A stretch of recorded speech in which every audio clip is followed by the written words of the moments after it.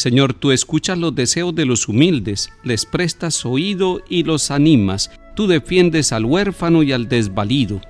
En el nombre del Padre, y del Hijo, y del Espíritu Santo. Amén.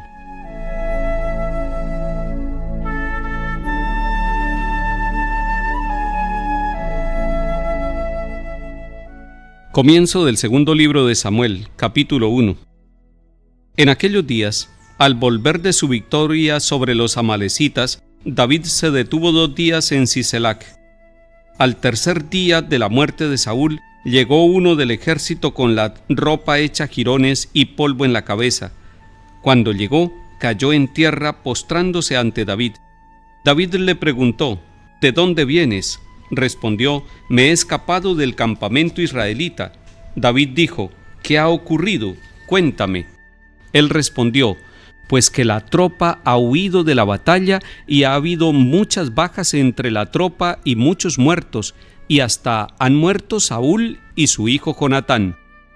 Entonces David agarró sus vestiduras y las rasgó, y sus acompañantes hicieron lo mismo.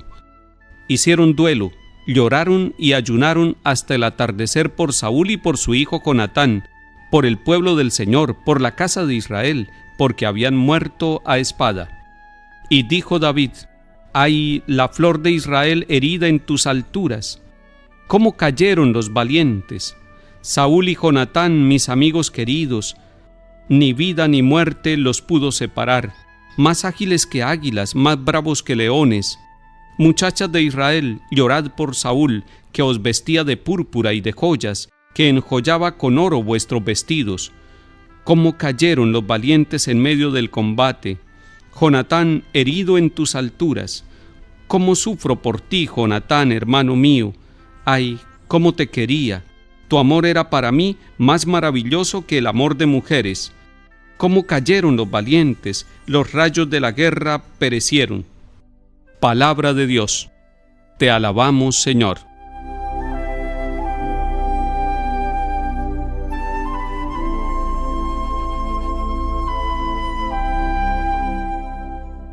La muerte del rey Saúl, primer rey de Israel, es una muerte trágica y tiene 2 versiones.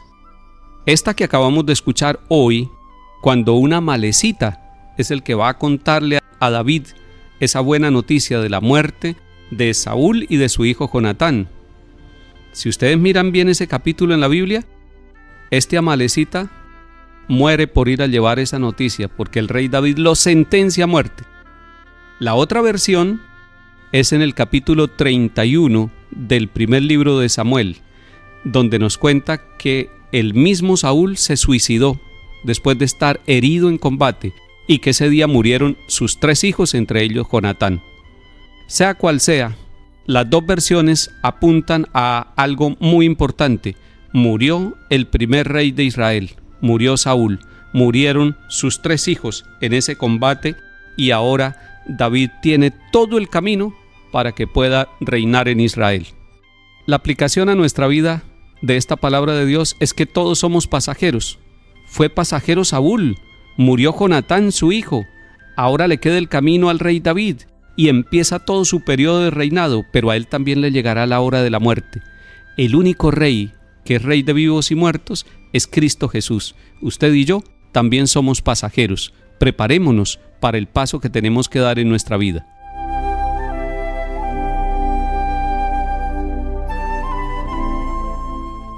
Salmo 79. Pastor de Israel, escucha, tú que guías a José como a un rebaño, tú que te sientas sobre querubines, resplandece ante Efraín, Benjamín y Manasés. Despierta tu poder y ven a salvarnos. Señor Dios de los ejércitos, ¿hasta cuándo estarás airado mientras tu pueblo te suplica? Le diste a comer llanto, a beber lágrimas a tragos, nos entregaste a las contiendas de nuestros vecinos, nuestros enemigos se burlan de nosotros.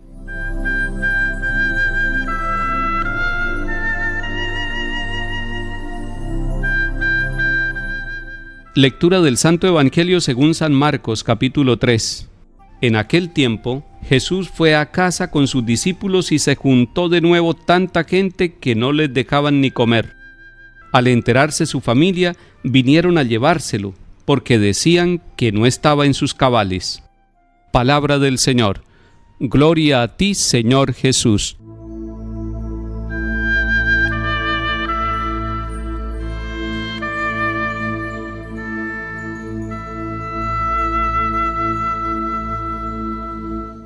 El Evangelio del día de hoy nos muestra a Jesús en casa con sus discípulos. Recordemos que ayer el Evangelio nos decía que el Señor llamó a los 12 para que estuvieran con Él. Están con Él los discípulos. Pero además hay un grupo grande de personas que está buscando a Jesús y que no le dejan tiempo a Él y a sus discípulos ni siquiera para comer. Es un resumen que hace el evangelista para mostrar cómo era la actividad grande del Señor Jesús y cómo fueron las reacciones iniciales de todas las personas que veían a Jesús como un hombre especial, como un hombre que predicaba, pero que además hacía signos de sanación y de curación de toda enfermedad y de toda dolencia. Tenemos que mirar dos reacciones. Por un lado, la multitud de gente está buscando a Jesús, está queriendo estar con Él y no le dejan tiempo ni para comer. Pero por otro lado, su familia reacciona de otra manera. Su familia va a llevárselo. Y esto nos hace recordar el capítulo 13 del profeta Zacarías, donde dicen que si hay un profeta falso, la misma familia tiene que impedir que este hombre profetice así. Incluso llegan hasta asesinar al pariente que se proclama como profeta falso.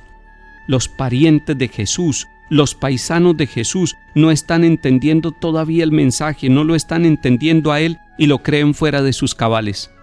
¿Cuántas veces cuando una persona encuentra el camino de su misión, encuentra el camino de la voluntad de Dios, encuentra el sí que dio la Virgen María y lo da también en su vida, sus propios familiares no lo entienden, sus paisanos no lo entienden? Cuando una persona dice, voy a contraer matrimonio, algunos se oponen. Eso no es lo que tiene que hacer, no está en sus cabales. ¿Cómo va a permitir que asuma ese camino para toda la vida? Y sin embargo esa persona, allá en su corazón, en su conciencia, sabe que ese es el paso que Dios le está pidiendo y que esa es la misión que Dios le está confiando. Cuando una joven dice, yo quiero ser misionera, quiero ser religiosa, o cuando un joven termina su bachillerato y dice, yo quiero irme para el seminario, también lo pueden considerar fuera de sus cabales.